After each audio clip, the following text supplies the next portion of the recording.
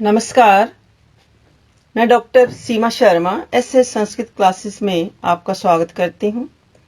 शिक्षक भर्ती की परीक्षा के लिए संस्कृत के महत्वपूर्ण प्रश्नों को सॉल्व करते हैं, जो शिक्षक भर्ती के लिए अति महत्वपूर्ण हैं।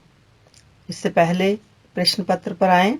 अगर आप इस चैनल पर नए हैं तो एसएस संस्कृत चैनल को लाइक करें, सब्सक्राइब करें और शेयर जरूर करें। तो पहला प्रश्न करते हैं, कादंबरी के कितने भाग हैं?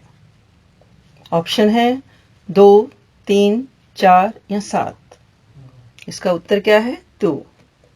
यानी कादंबरी 2 भागों में विभक्त है, पूर्व भाग और उत्तर भाग। जो पहला भाग है कादंबरी का समस्त ग्रंथ का 2/3 हिस्सा है और यह बाण की अपनी रचना है। और दूसरा उत्तर भाग जो है, अपने पिता बाण भट्ट के स्वर्गवासी हो जाने पर उनके पुत्र पुलिन भट्ट ने उत्तर भाग लिखकर कादंबरी को पूर्ण किया है। दूसरा प्रश्न देखते हैं, कादंबरी में चंद्रापीड़ का पिता है। ऑप्शन है हमारे तारापीड़, शुकनास, जाबाली, हारित। तो इसका उत्तर क्या है? तारापीड़। शुकनास यहाँ पर कौन है? राजा तारापीड़ का मुख्यमंत्री है। जाबाली जो है कादंबरी की कथा कहने वाले महर्षि हैं और हारित महर्षि जाबाली के सुपुत्र हैं। तो चंद्रापीड़ के पिता का नाम क्या है? तारापीड़। अगला प्रश्न देखते हैं, चंद्रापीड़ के मुख्य हाथी का नाम क्या है? इसका उत्तर क्या है? गंधमादन। अगला प्रश्न देखते हैं, श्रीमद् भगवद गीता के द्वितीय अध्याय का नाम बताइए। ऑप्शन है हमारे पास 4, सांख्य योग, विभूति योग, पुरुषोत्तम योग या कर्म योग। तो भगवद गीता के दूसरे अध्याय का नाम क्या है? सांख्य योग। भगवद गीता में कुल 18 अध्याय हैं और दूसरे अध्याय में भगवान कृष्ण के द्वारा अर्जुन को युद्ध भूमि में खड़े हुए आत्मा की अमरता और स्थित प्रज्ञ की परिभाषा के बारे में बताया गया है। अगला प्रश्न देखते हैं, कर्णाभ्याम बधिरः इस वाक्य में कर्णाभ्याम में कौन सी विभक्ति है? ऑप्शन है हमारे पंचमी, चतुर्थी, तृतीया और सप्तमी। तो इसका उत्तर क्या है? तृतीया विभक्ति। यानी जहां किसी अंग में विकार होता है, येन अंग विकार, इस सूत्र के द्वारा उस विकारवाची अंग में तीसरी विभक्ति का प्रयोग किया जाता है। अगला प्रश्न देखते हैं, साधु धनम इस वाक्य में साधु में कौन सी विभक्ति है? ऑप्शन है हमारे पास षष्ठी विभक्ति, चतुर्थी, पंचमी और द्वितीया है। उत्तर क्या है? षष्ठी विभक्ति। यानी साधु धनम अर्थात साधु का धन। यह साधु और धन का स्वस्वामी भाव संबंध दिखाई देता है। जो संबंध है वो 4 प्रकार का होता है: स्वस्वामी भाव संबंध, जन्य जनक भाव संबंध, अवयव अवयवी स्थान्यादेश भाव संबंध। अगला प्रश्न देखते हैं, मेघदूत में किस छंद का प्रयोग हुआ है? वसंतिल का, वंशस्थ, मालिनी या मंदाक्रांता। तो किसका प्रयोग हुआ है? मंदाक्रांता का। अगला प्रश्न देखते हैं, समास की व्युत्पत्ति है सम उपसर्ग पूर्वक अस्थातु और ज्ञ प्रत्यय। यानी समास शब्द का अर्थ क्या है? संक्षिप्त करना, संक्षेप करना। अगला प्रश्न है हमारा, विग्रह के भेद हैं। ऑप्शन है 2, 3, 4 या 5। तो इसका उत्तर क्या है? 2। यानी यह विग्रह शब्द का अर्थ है। समास शब्द क्या है? कि संक्षिप्त करना, और विग्रह शब्द का अर्थ क्या है? अलग अलग करना। इसके 2 भेद हैं, लौकिक और अलौकिक। लौकिक विग्रह जो परिनिष्ठित हो यानी प्रयोग के योग्य हो, और अलौकिक विग्रह उसे कहते हैं जो प्रयोग के योग्य ना हो। तो इसका ऑप्शन क्या है हमारा उत्तर? इसका उत्तर क्या है? 2। अगला प्रश्न करते हैं, हल प्रत्याहार में कौन कौन से वर्ण आते हैं? इसका उत्तर क्या है? सभी व्यंजन। यानी पाणिनि के जो 14 सूत्र हैं उसमें पहले जो 5 सूत्र हैं वो अच को बताते हैं, स्वर को बताते हैं, और 6 से लेकर 14 सूत्र व्यंजन को बताते हैं।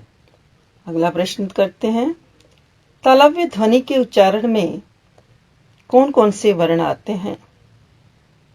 तालव्य ध्वनि के उच्चारण में कौन कौन से वर्ण आते हैं?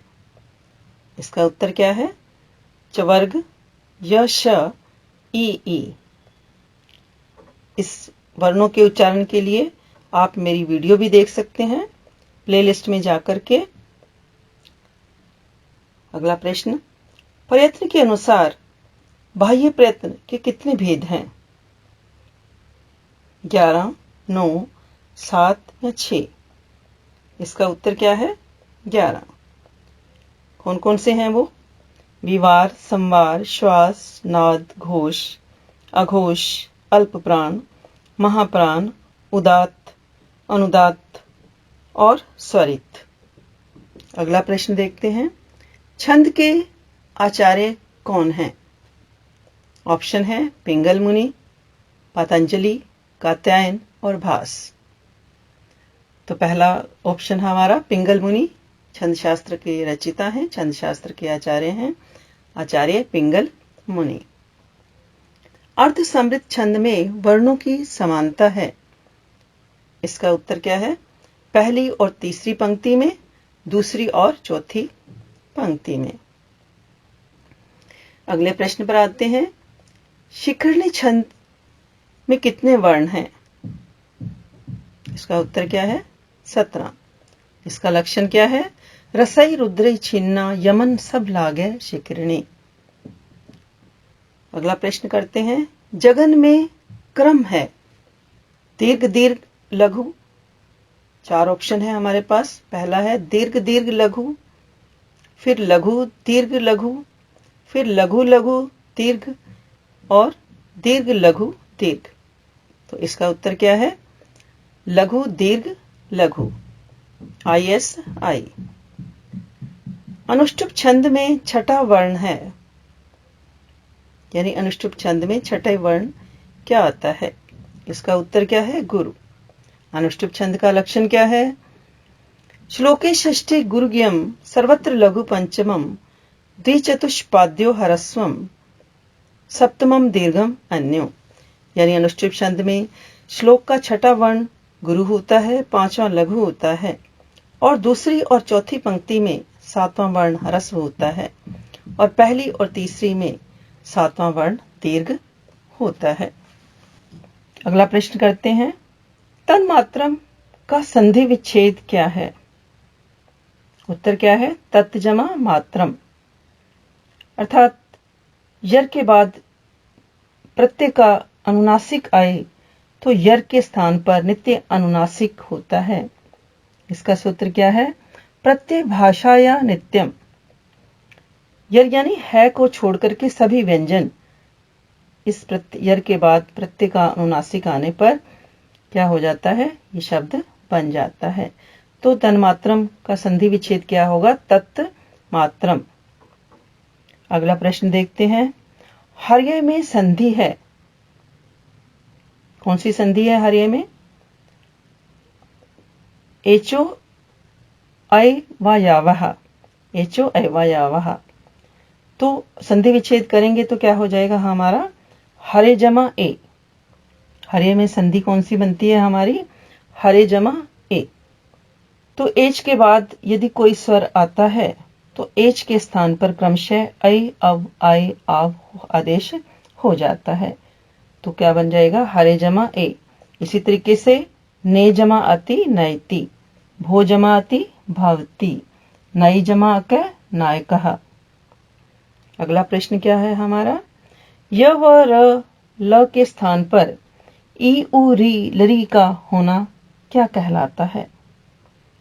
4 ऑप्शन है, संप्रसारण, संहिता, संयोग, विभाषा। इसका उत्तर ठीक उत्तर कौन सा है? संप्रसारण। यानी सन्निहिता क्या है? वर्णों की अत्यंत समीपता को क्या कहते हैं? सन्निहिता कहते हैं। पहली जो सीरीज है उसमें भी मैंने आपको समझाया है ये। तो वर्णों की अत्यंत समीपता को सन्निहिता कहते हैं। परसन्निकर्ष सन्निहिता। संयोग क्या है? हलो अनंतरा संयोगः, यानी दो या दो से अधिक व्यंजनों के मेल को संयोग कहते हैं। विभाषा क्या है? नवेति विभाषा, ये सूत्र है, अर्थात विकल्प की विभाषा संज्ञा होती है। तो इसका उत्तर हमारा ठीक उत्तर क्या है? संप्रसारण। इसका सूत्र क्या है? इग्यण संप्रसारणम। अगला प्रश्न देखते हैं। जय वर्ण किन दो वर्णों से बना है? इसका उत्तर क्या है? ज जमा इंग, जय। भर्तृहरि ने कितने शतकों को लिखा है? 2, 3, 5 या 7? तो इसका उत्तर क्या है? 3। कौन कौन से शतक भर्तृहरि ने लिखे हैं? वैराग्य शतक, नीति शतक और श्रृंगार शतक, और प्रत्येक शतक में 100 श्लोक हैं। अगला प्रश्न देखते हैं। इनमें से दंडी की रचना है दशकुमार चरित, पंचरात्रम, पंचरात्र, हरिश्चरित्र और नैषधीय चरित। तो इसका उत्तर क्या है? दशकुमार चरित, क्योंकि पंचरात्र भास की रचना है, हर्षचरित्र बाणभट्ट की है और नैषध चरित श्री हर्ष की है। सृष्टि उत्पन्न होने से पहले पृथ्वी किस रूप में थी? जल, अग्नि, वायु, ये 3 हमारे पास ऑप्शन है। इसका उत्तर क्या है? जल। यानी सृष्टि उत्पन्न होने से पहले पृथ्वी पर चारों ओर क्या था? जल ही जल था। अगला प्रश्न देखिए। भवितव्यानां द्वाराणि भवन्ति सर्वत्र, यह पंक्ति अभिज्ञान शाकुंतलम नाटक में किसके द्वारा कही गई है? इसका उत्तर क्या है? राजा दुष्यंत के द्वारा। पहले अध्याय का ये 14वां श्लोक है। तो भवितव्यानां द्वाराणि भवन्ति सर्वत्र, यह पंक्ति अभिज्ञान शाकुंतलम नाटक में किसके द्वारा कही गई है? राजा दुष्यंत के द्वारा। कालिदास का नाटक ये अभिज्ञान शाकुंतलम बहुत अधिक इंपॉर्टेंट महत्वपूर्ण नाटक है।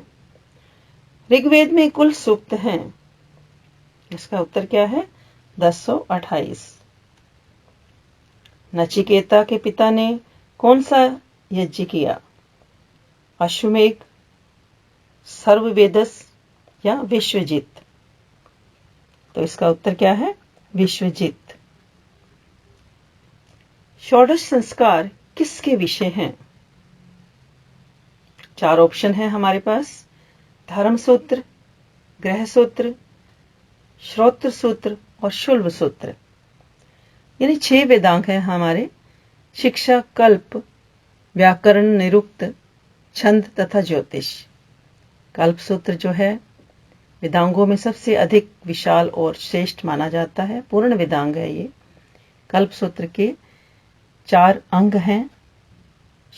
कौन कौन से? धर्म सूत्र, गृह सूत्र, श्रोत्र सूत्र और शुल्ब सूत्र। तो इस गृह सूत्र में हमारे षोडश संस्कार जो हैं गृह सूत्र में सारे बताए गए हैं। गर्भाधान से लेकर के अंत्येष्टि संस्कार, इन 16 संस्कारों का विशद वर्णन है। तो इसका सही उत्तर क्या है? गृह सूत्र।